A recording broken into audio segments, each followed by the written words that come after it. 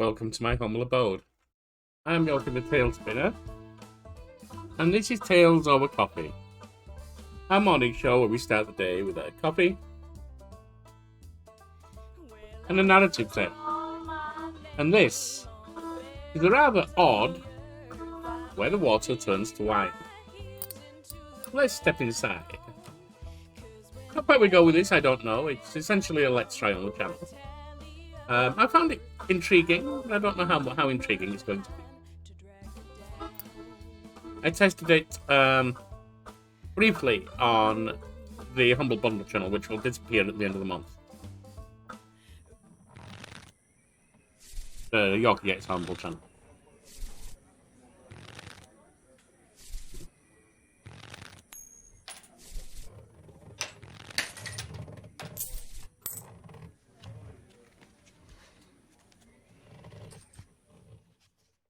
Night has fallen and you're weary from travel. Stars fill the sky above, and in front of you is a brightly lit wooden house, the only building you've seen for days. Let's go there. You walk toward the house, hearing the sounds of laughter and talk as you reach the door and push it open.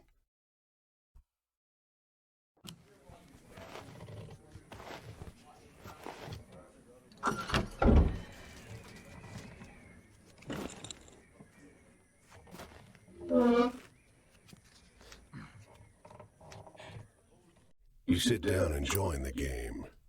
It's a cheap buy-in, and not many of the other players are very good. Let's have a look around. The lady fiddling with dice gets good cards, but has no real strategy. The man to your right seems to just hold on to the highest cards he has, regardless of suit or any consideration of matches. So who else is here? The man in gray across from you, though, he's good. He already had the largest pile of coins when you bought in, and while your winnings grow quickly, you can't quite catch him. Let's keep playing. One by one, the other players leave the table, sometimes with pique or with wry humor, leaving their winnings with you or the man in gray. Keep playing.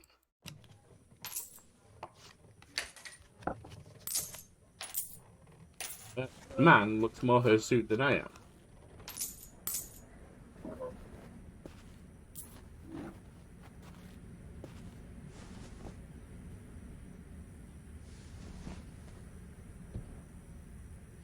Finally, it's just you and the man in gray. He looks at you, full of humor, and winks. Last hand? I'm in. He deals, you draw, and look at your hand. It's good. It's great. The best hand, in fact. A royal straight flush. Spades. Aces high. Well, nothing can beat me then. But the man in gray pushes forward his whole pile. You're not sure exactly how much it is, but it's more than you've got. You can't match that. That's cheap. Fold. The man in gray stops you. Now, if you like, I'll let you wager your word. I know you'll be good for it. Just promise you'll pay the debt, however I ask. That's a dodgy ask, so let's check those cards. Yep. 10, jack, queen, king, ace. All spades. You have my word. The man in gray smiles. All right, then. I'll call. Show him.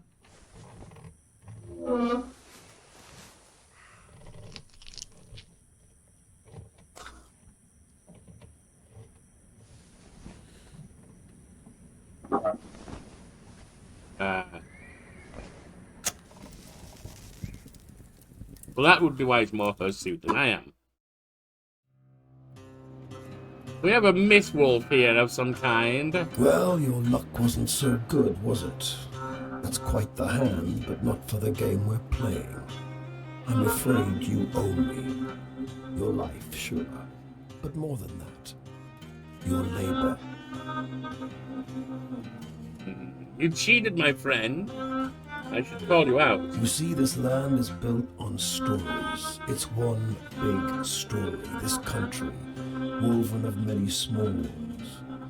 Few of the small ones are strictly true, and the big story is mostly a lie. All the stories and songs and myths and legends start somewhere, with a seed. As they're told and retold and passed around, they grow and change to become the stories we know. To pay your debt to me, you'll be carrying stories, finding the seeds first and then spreading them, telling them onwards so they can begin gaining strength. This is no light task. Stories are heavy. Most of the stories you'll find will be small seeds. They might be true, but they'll grow wild and unbelievable with the telling. The more important stories are the true ones, the ones people will tell you about their own lives. Those often get lost in the weaves of the big story. The more true stories you can find and tell, the more you can weave that truth into the big story. Tarnish it a bit perhaps, but isn't a dingy and battered truth better than a shining lie? Now, go ahead. You tell me a story. I'll trade you some information about your task. My friend, I don't know what magic you wove to change my cards and make mine yours. I should call you out, but I am Yorkie the Talespinner. Stories are my playground. I've wandered this land collecting stories. I've collected the stories of androids. I've collected the stories of mythic beings. I've collected the stories of those fleeing the undead and rats. I've collected the stories of New Sam. Let me tell you the story of the northbound train, blinking its giant eye as it crawls through the night. Travel? That's your job. Wander from place to place, gather those stories and spread them. People get bored hearing the same stories over and over. But an old cliché in one state might be a rip-roaring new yarn in another. Very true.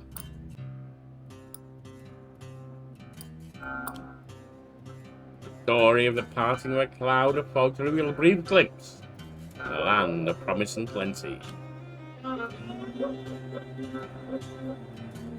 Your deepest desires? Your greatest wish? Heaven? Big rock candy mountain? El Dorado, the promised land, that place just over the ridge where they all say that the water tastes just like the sweetest wine. Well, I don't know where that is. It's supposed to be somewhere in this country. Ask the people you meet. They're all searching for the same thing.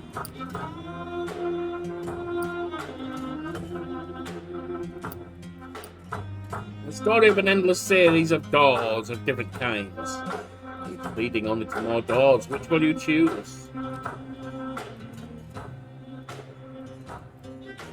You sometimes have to make choices about what kind of story you're finding.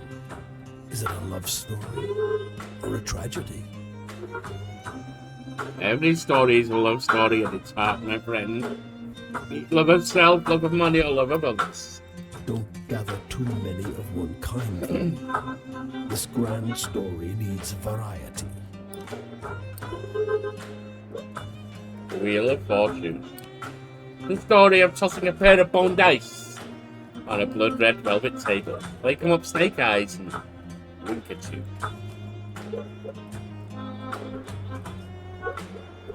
It's just luck. Funny how bad luck seems to follow the folks who already have problems aplenty. Usually the case. Well, try your luck out there in this country. See how the dice treat you. It's not all bad.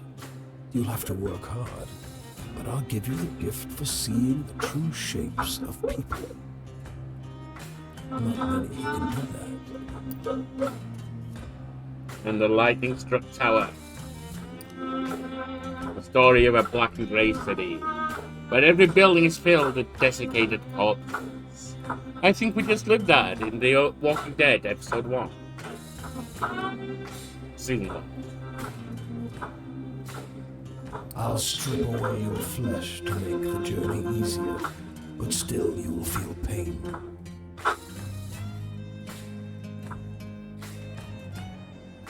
Hunger, weariness, thirst, and despair. They're all part of stories, the part not often told. And yet the rich part quite often. And death, yes, but don't worry. As long as your task remains, you'll come back. Go on your way, Seeker. Maybe we'll meet again, or maybe not. Either way, it'll be an experience for you. I'm jealous in some ways. You should be. The debt you say I owe you is a life I lead and the pleasure I seek. I hope you find what you're looking for. The wealth of the narrative, the truth of the tale. Oh, I shall. Well, I'm gonna heft my spade upon my weary back. I'm gonna keep that stride stuck in my I just want to see if I can change the volume of the music.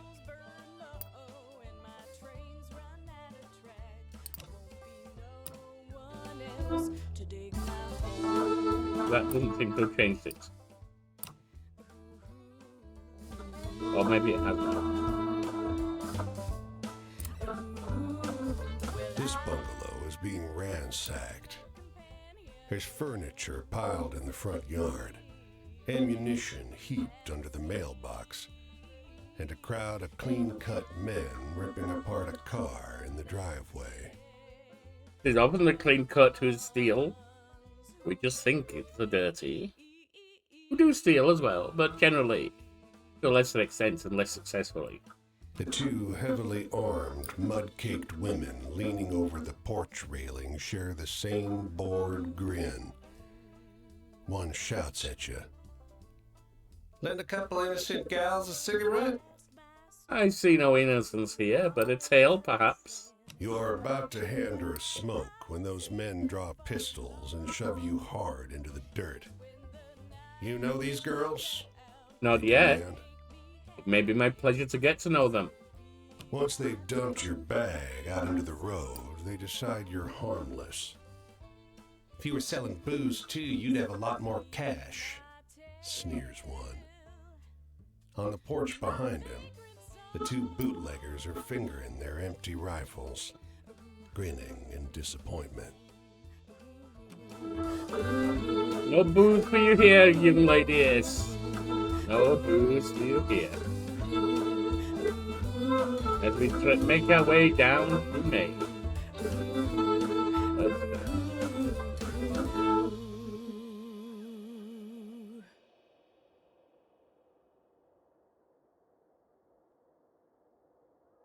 I see a big city ahead, but first, the situation. Off the road and into the woods, you can't help but come across this package by the old tree tied to a sturdy stick. The cloth wrapping conceals, though not particularly well, something large and softly unsettled. Little eyes blink back at you from inside the bundle. Some being of a or other hidden in a walker's stick? What are you? Hello? The shape gives a start. Please don't tell my pa that I'm in here. It says in a small voice. Why not?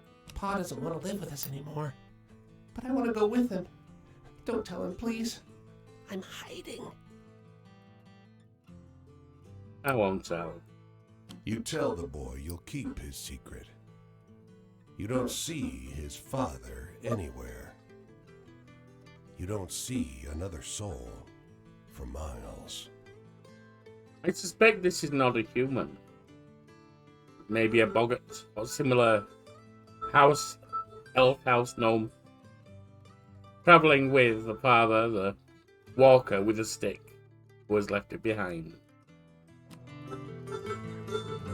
Intriguing.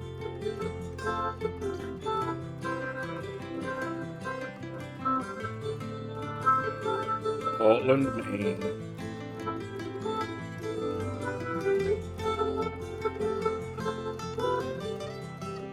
On the I-95 corridor running down the east coast of the USA.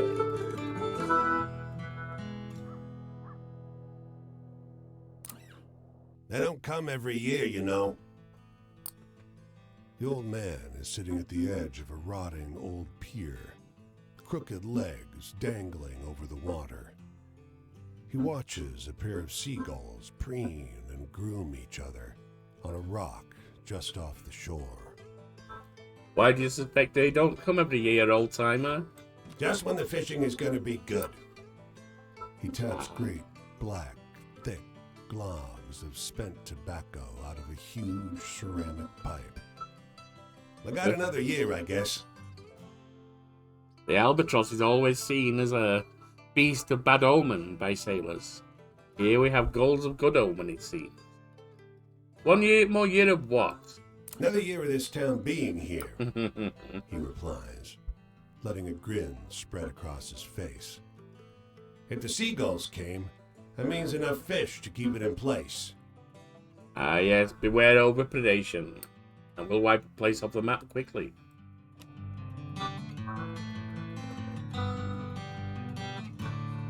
We'll come back to Portland, but first let's check this little place. You can see storm clouds on the horizon, and you don't relish the thought of being caught wandering this rocky seaside road in the rain. Fortunately, you find the lighthouse door open, with a daunting staircase before you. Let's go up. Someone seems to be occupying it. At the top of an ornate wrought iron spiral, you're breathless and feeling the strain on your knees. Rain already batters the walls outside. You can only knock on a heavy wooden door leading into the upper level. Muffled voices and light seep in beneath the door. Let's have a listen and see what's inside. Looks like we got a visitor. Sounds like a man's voice, deep and Indeed. rough. Well, behave yourself. I'll open the door. Another man, this one with a higher, more sonorous voice. I always behave myself. He feigns indignation, but his tone betrays affection instead. I suspect you do always behave yourself, sir. I suspect often you behave badly, but it's still behavior. After a moment, the door unlatches from the inside and opens. The man before you is tall and muscular, with a hint of a paunch beneath his wide chest. The heavy iron knob on the door looks nearly dainty in his huge hand. Didn't want to be out in this rain, did you? Come in. A voice that doesn't match the body, off and away. Despite the rough exterior, this room looks like a well-appointed parlor. There's a rug on the well-trod wooden floor and an enormously plush couch. And sat upon it is a stocky fellow grinning through a great hazel-colored beard. Tea? He offers, Sounds good hoisting to a me. teapot. Been here long? A few years. The tall one sits on the sofa, wrapping his arm casually around the other lighthouse keeper. 5, says the smaller, but by no means small, man. That long? Time flies. We traveled together before that. You must have some good stories from the road, huh? Oh, I picked up some strangers, indeed. From gulls bringing good omens to bandits led by women. I have You some. wake up the next morning on their old sofa, still warm from an excess of tea. And cakes? There might have been little cakes. Prodigious snoring rumbles in from the floor above you, and you quietly take your leave. Well, my friends.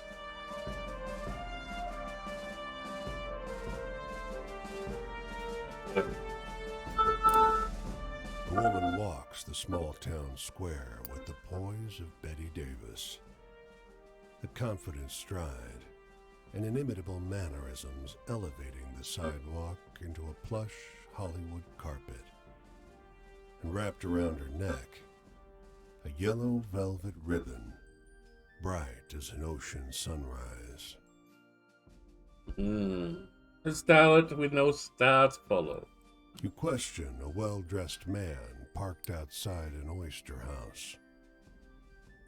Prudish woman. I took her on a fine date and she didn't remove so much as a ribbon. Excuse me, can you step back from the coupe? That's the spirit. You decide to seek a second opinion. A tale of unrequited love. You talk with a Hollis. waitress smoking outside a diner. Something funny about her. Just showed up one day. Doesn't work, doesn't live anywhere as far as I know. Just around. Myself, I'd love to know who made all her beautiful clothes. When you are a mystery, when you are a stranger, people will invent things about you. Let's go to the source. You ask the woman if you may join her at a public bench. You may. Lovely outside, isn't it? Her eyes are a beautiful shade of brown. Beneath the yellow ribbon, a thick, fibrous scar wraps around her throat. Weather like this, it reminds me of Paris. A foreigner, a stranger in strange land.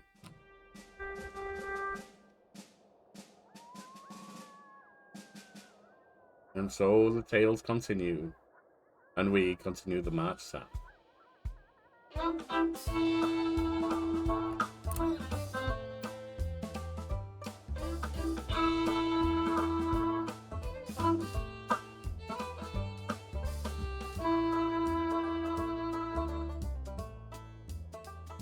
Boston, Massachusetts.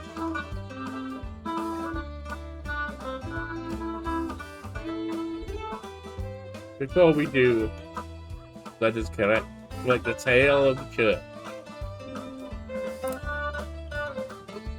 A dusty I thought truck it was and church. a man on horseback pull up next to one another in front of the grocer. Suddenly, the driver and the rider, two wiry old men with identical haircuts, start shrieking at one another. What's going on? The man with the truck leaps into the street. "Brother!" he shouts. The one on the horse tumbles out of his saddle. "Brother!" he screams. They embrace in the road. 30 years, hollers the driver. The rider, tears streaming down over his face, corrects him. "No, 32! Am I to believe that age has weathered you and you haven't seen each other for 32 years, yet you still instantly recognize each other? Everyone here is watching these two older men cry and hug one another in the middle of Main Street. Cars and wagons are backing up. People are yelling. "Take a photo of us," the driver begs you. Starts hauling a tripod out of the bed of his truck. Let's get out of the road first and let these good people go. As you usher them onto the sidewalk, the driver says, "Joe, I thought you were dead." The rider freezes. "Joe?" he blurts. "I'm not Joe." The two men stare at one another. Did I not say it would have been a each miracle to slowly recognize each other? recognizing something alien in their mistaken brother's face. Did I not say that would be a miracle? Enter Boston. Red brick, green trees, blue sky. In this weather, Boston is beautiful. That is, until you make your way deeper into the city and get lost among the cramped, winding shadow haunted old streets. Let's explore. This city is like no other you've been to. Crooked streets splay out in a maze of narrow passages, no two alike. Soon, you find yourself in twilight, utterly lost. Bright light crests around one corner, a car approaching. Keep walking. Not We have no able to money. afford rescue, you keep walking. The asphalt turns to crooked cobblestones that threaten to wrench your ankle out of place. Was this always a moonless night? The stars multiply, each one looking like a pinprick through which light is exiting the terrestrial world.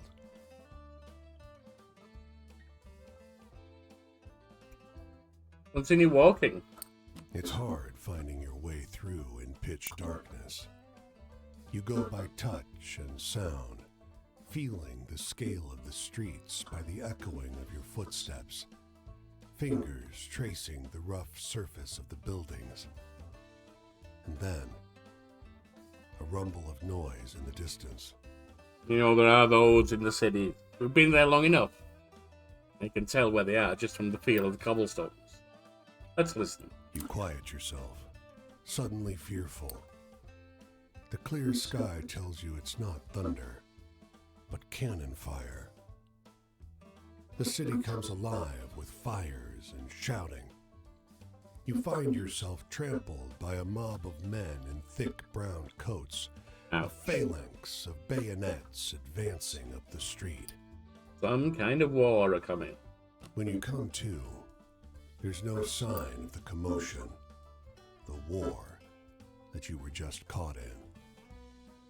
The comically shrill honk of a Model A running up the road startles you, and you crawl toward the sidewalk. Above, the sky is a sharp, cold, cloudless blue. Let's move on.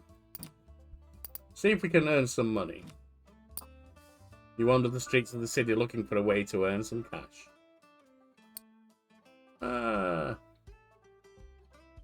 Let's look for work.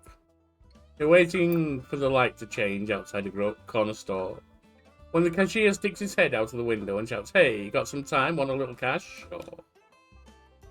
He needs help moving cases compressed pop fizz into the back room. They go through like 3 of these a week now, he explains. People in this town are absolute fiends for soda.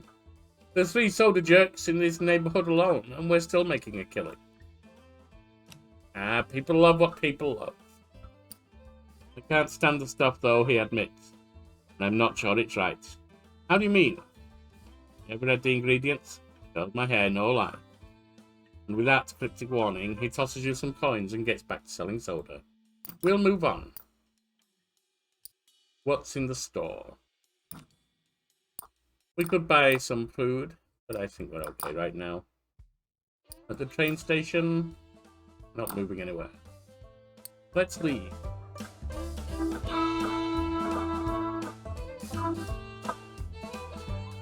And head down towards Rhode Island. Actually, there's a tail over here. Outside the small thicket of apple trees, the phrase "tended to by John Chapman" is carved into a fence post. Nearby, a hound lies on its side, perfectly still. Flies buzz around its ears. But a grizzled man pauses at his digging to shoo them off. I think you may be burying your dog. Let's help him dig. There's an extra shovel. With it, the 2 of you make short work of the grave. He tells you about his beliefs, why he's raising apple orchards in the middle of the country. It's a sin to graft, he tells you. Hurts the tree. Eventually, the hole is deep enough. Let's bear witness to his work. He stoops to the ground and lowers the pup into the earth. Tears flow freely. I'll see him again in heaven, he tells you. Our souls are bound by love. He wipes his eyes. I don't think I can bear to stay here, though. Maybe I'll sit out again. The road holds many secrets, many treasures. Let's move on, my friend. What is this? A camp.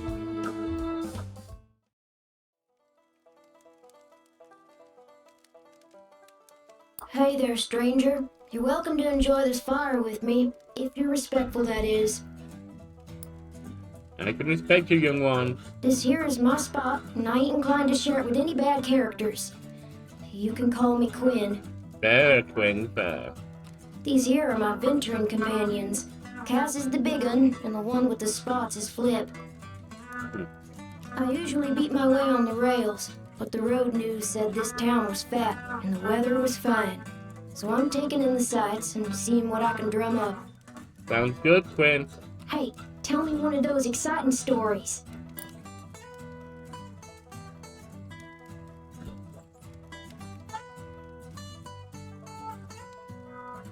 Here are all the stories we collect so far. They're organized by subject. Because like the boss says, because the boss likes the tarot cards. This is the subject of each story.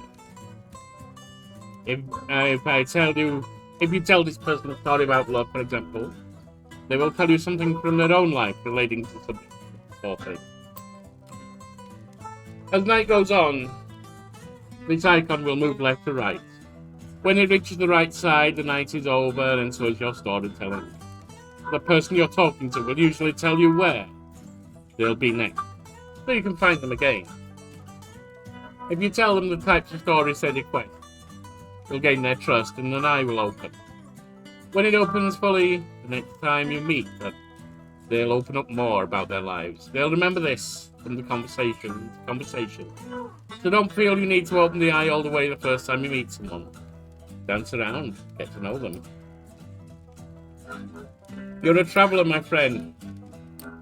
You're going to be interested in the world card. Heaven desires fulfilled, wishes come true. John Chapman and his orchard.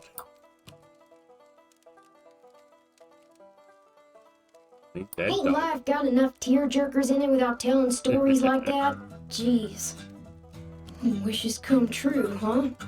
If I had to say, it'd be great to have red beans and rice cooked with some fatty bacon. Supposed to be a Mississippi River specialty, but I ain't never had it. I want to hear one of them venturing tales. Got any? Let's see what we have, my friend.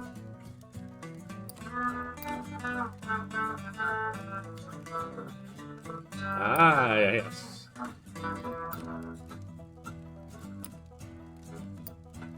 The two men who mistook each other for missing brother around Boston. That was a chuckle, to be sure. But do you know anything more lively? Let's see what we have. I don't know a whole lot about the past, but they say there's an Injun grave around these parts. Say it's haunted and full up with angry spirits. I used to love hearing stories of cowboys and Injuns fighting it up. Would swap tales with the youngins. But, well, I suppose if someone shot me, I'd be pretty vengeful too. Yeah, that makes sense, my friend.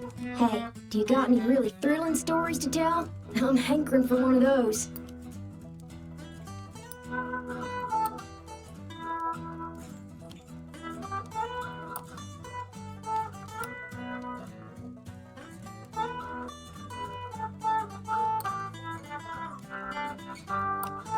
I think we'll tell of the women arrested for bootlegging if you want. You want excitement? Whoa, quite a story, stranger.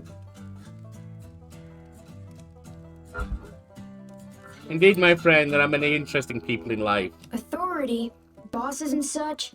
I ain't nobody's little Angelina, if that's what you're asking. Take care of myself and my dogs. I don't need no jocker looking out for me, so if you're offering, don't. No, my friend. Shoot, I thought I told you to be respectful. I never said I was looking to look after you, my friend. You seem to be looking after yourself just fine. You want to keep enjoying my spot or not? Think about that. I want to hear one of them venturing tales. Got any?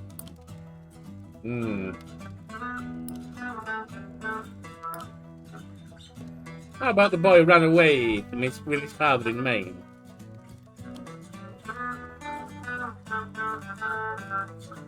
That sure was a downer. Give me a good venture tale instead any day.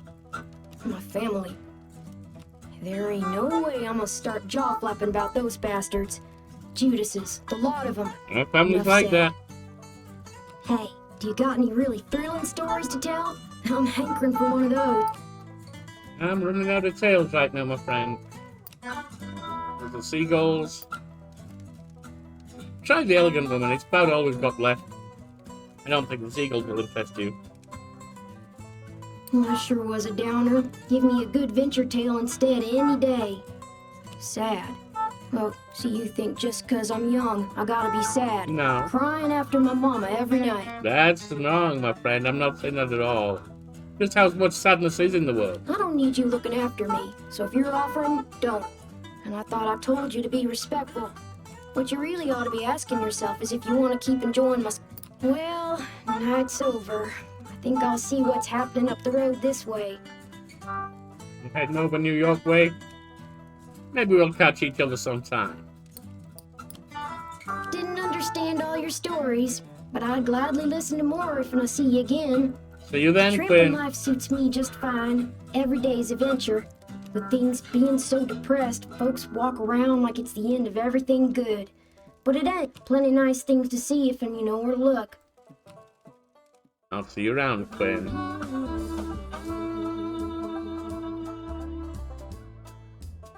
Well, I'm gonna cast my stones o'er the waters of this land, and by and by I'll see them Down into for Connecticut. long. 'Cause when the night comes down, oh, to take me hand in hand, this will be my As you walk down the road, a black crow flutters down to land in your path. It looks at you and cocks its head and speaks. Well, you got a long, long road ahead, don't you? All these people to chase down, or so I hear. It laughs. I got some experience when it comes to chasing folks. Tell me about it. Well, if you want, you could go find your friend again. Ask them more about their life. I want better stories this time, though. It peers up at you. Didn't they tell you where they were headed next? Yeah. But hey, the world is full of people. Bet you could find another friend like that if you went looking around. There's more than one interesting person in this land for sure. It gives a gravelly laugh. That's what humans say anyway. And with that it launches into the air and disappears.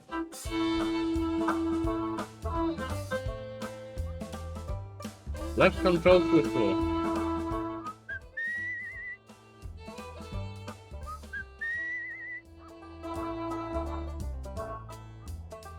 Well, I'm gonna scrawl my name on the bare bones Straight of down the into New earth. York. I'm gonna dig my heels into the ground. 'Cause when that very man come for to tally up my worth, I won't leave much behind to drag me down.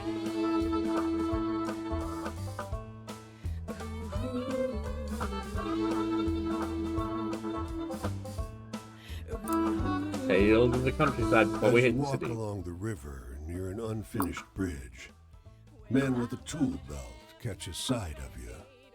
Hey, over there, he calls out.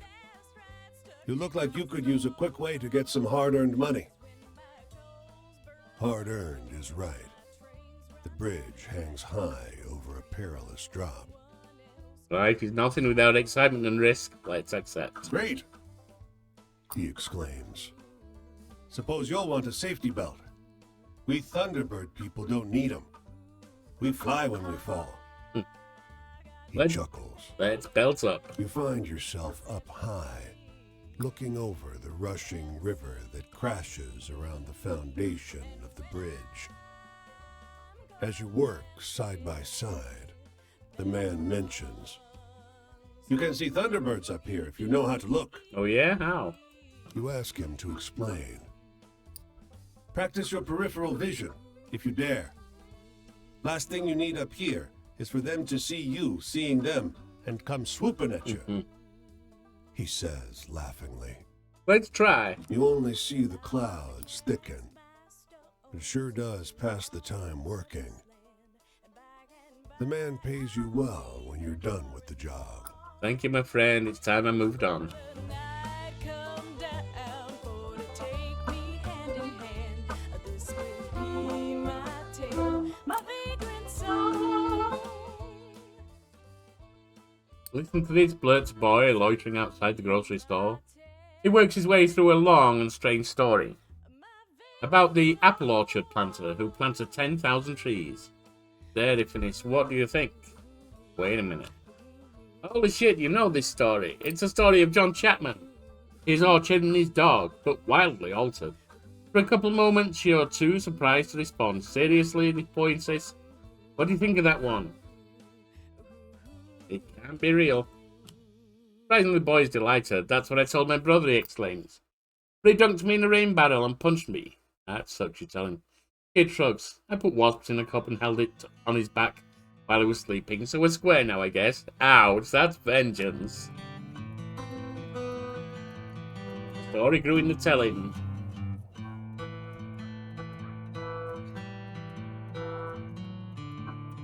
New York, New York.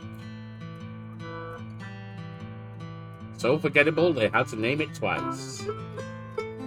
We'll go over the New Jersey line after visiting New York.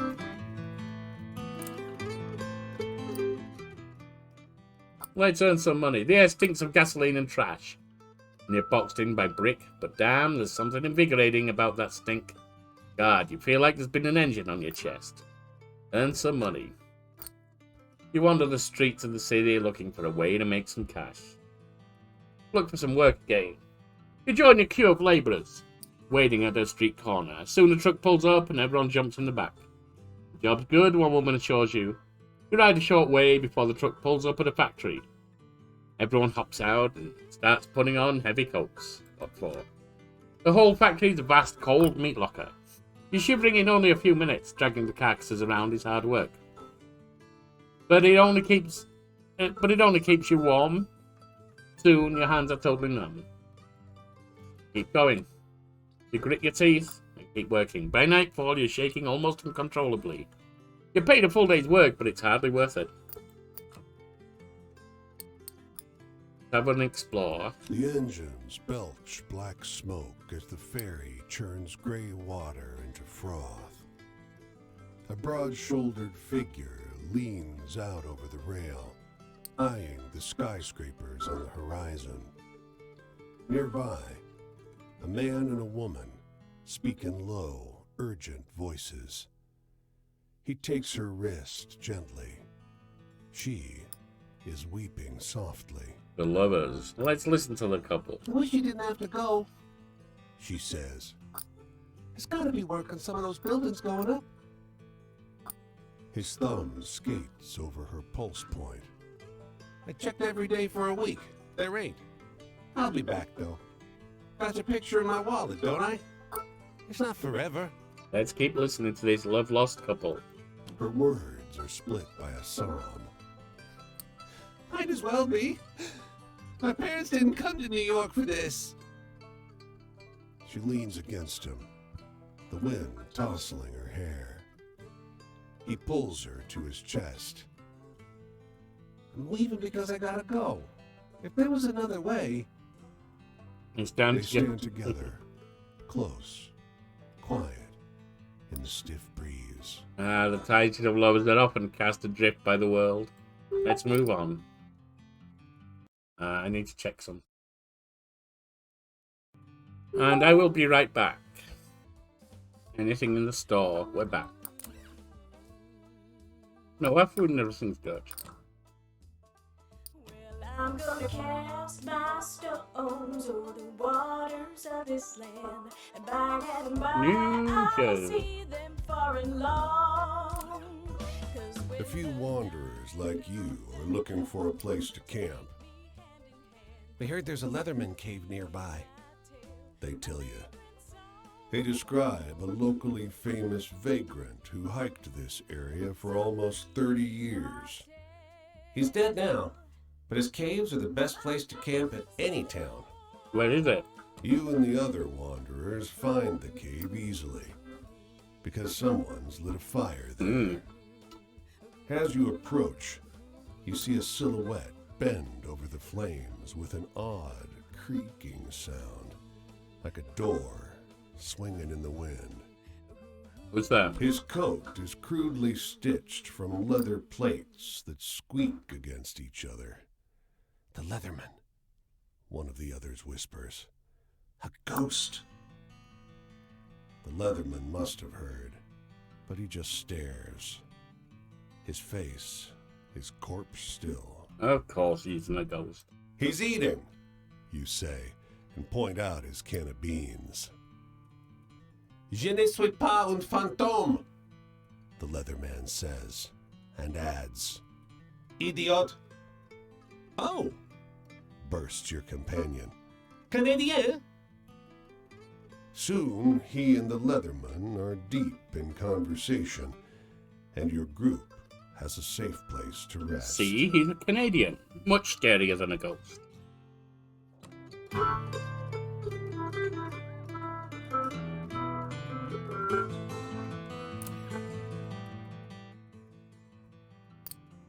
A jetback crow alights on the low branch of a twisted tree. Look at you, it says. Think you got some good stories already? Well, I heard better, much better here. It seems to wink at you. Want to hear my tricks? Ask about the stories. The ones you got now, pathetic stuff. You tell those stories around, and they'll come back more exciting, more satisfying. Always listen to the stories other folks tell. Their tales are less true, sure. More useful around the campfire. Makes sense. The boss has a point about the true ones, though. They're extra interesting. You'll learn a couple of folks' true life stories, and everyone will like them. No matter what kind of story they think they want to hear. Any other tips? Well, everyone's the captain of their destiny. It gives a burst of laughter. Ain't no bootstraps in the world that can save you now. For the choice you make, you change the kind of story you can tell. It ruffles its feathers and a sort of shrug. Choose wisely? Don't. Ha.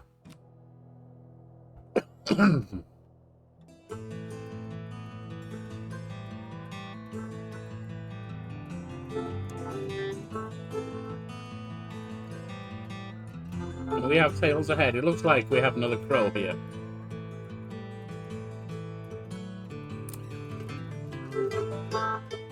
You notice a black crow sitting on a fence post watching you with unsettling intensity. Hey, Buzz, hey friends, hey. You hear about trains? He gives a throaty cackle, locomotion. That's the life. I've got some good travel tips here. Tell me, you ever ride a train? With your budget, you'll need to hop on at a train yard, though. Fast and convenient. But the railroad bulls really don't like it when you ride in the empty boxcars. Get caught? Get beaten. It hops and pecks at something on the ground. On a positive side, maybe you'll meet someone to trade stories with. But if you don't like the sound of that, you can always hitchhike. Find a friendly car, it laughs. I feel sorry for you landlubbers. No wings, just motors. Can't even cross rivers when you want to. Fear the safe crossing. You do have a point, Mr. Crow. I always do. You notice that its beak doesn't move as it speaks. Before you can tell anything else about it, it flies off.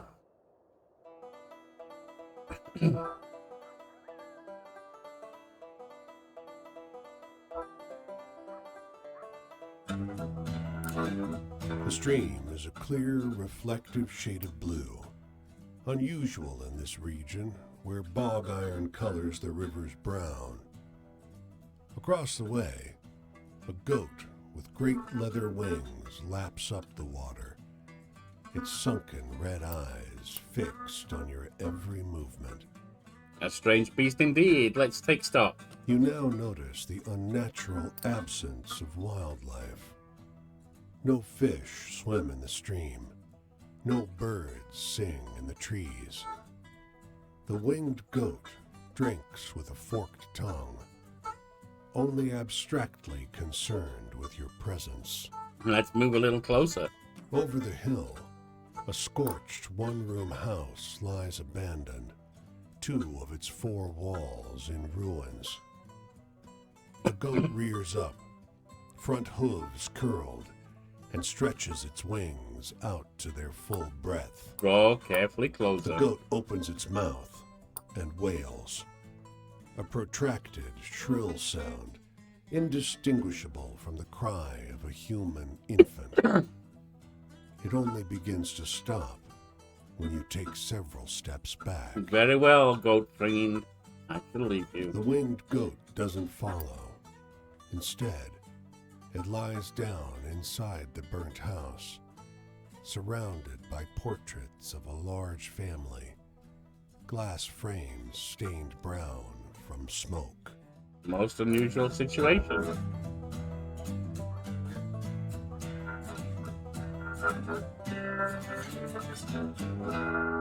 And along the I-95 corridor, we have Philadelphia.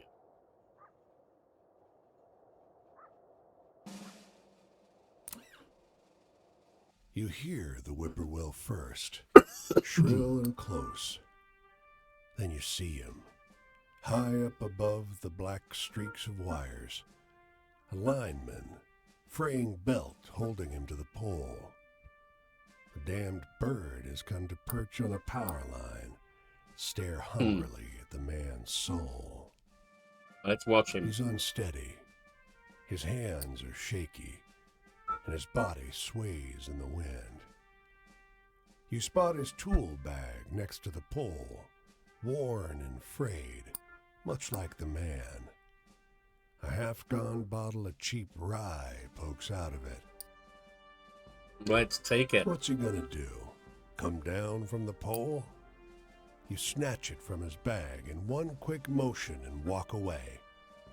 Hey! He starts, but whatever he's about to say slips into a slurred whine as his belt snaps. Should have been drunk, my friend. Let's take a look at him. His body plummets, and his limbs go slack with the understanding of what is happening to him. He tumbles into the tall, dry grass by the side of the road with a muffled noise.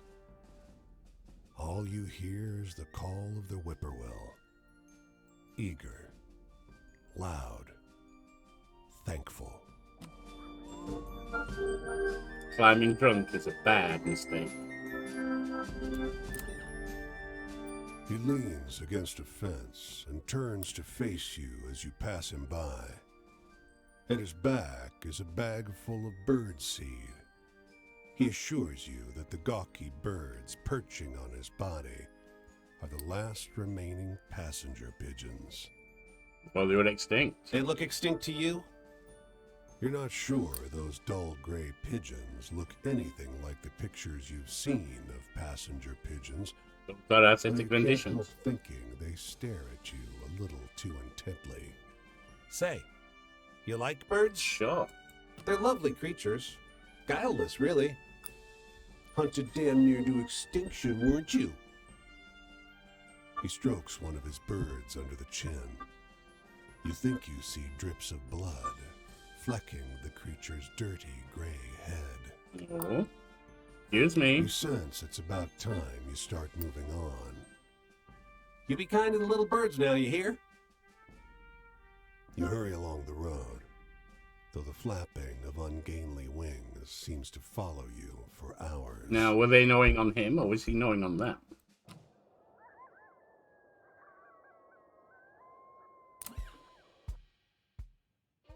These fellows are lounging on the front, half-finished office building, taking their lunch break. Hey, one calls, waving you down. Rick was telling his story. Listen, okay, and you tell us if it's bullshit or not. Sure. Rick, a credulous-seeming fellow, starts telling a story about the shootout between the female bootleggers and the cops. That is the story of the women arrested for bootlegging, but changed in a few major ways. So it's definitely part bullshit, right? But also a little real. We'll say it's real. Half the group groans. How the hell is that supposed to be a real story? Exclaims the man who waved you down. You're all the most gullible piece of shit I've ever met. The other half of the group, vindicated, shares a bottle of pop with you.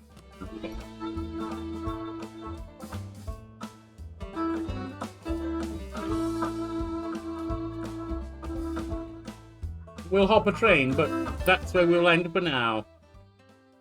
So I'll see you next time. Enjoy your coffee. Have a blessed day and some fun travels, my friends.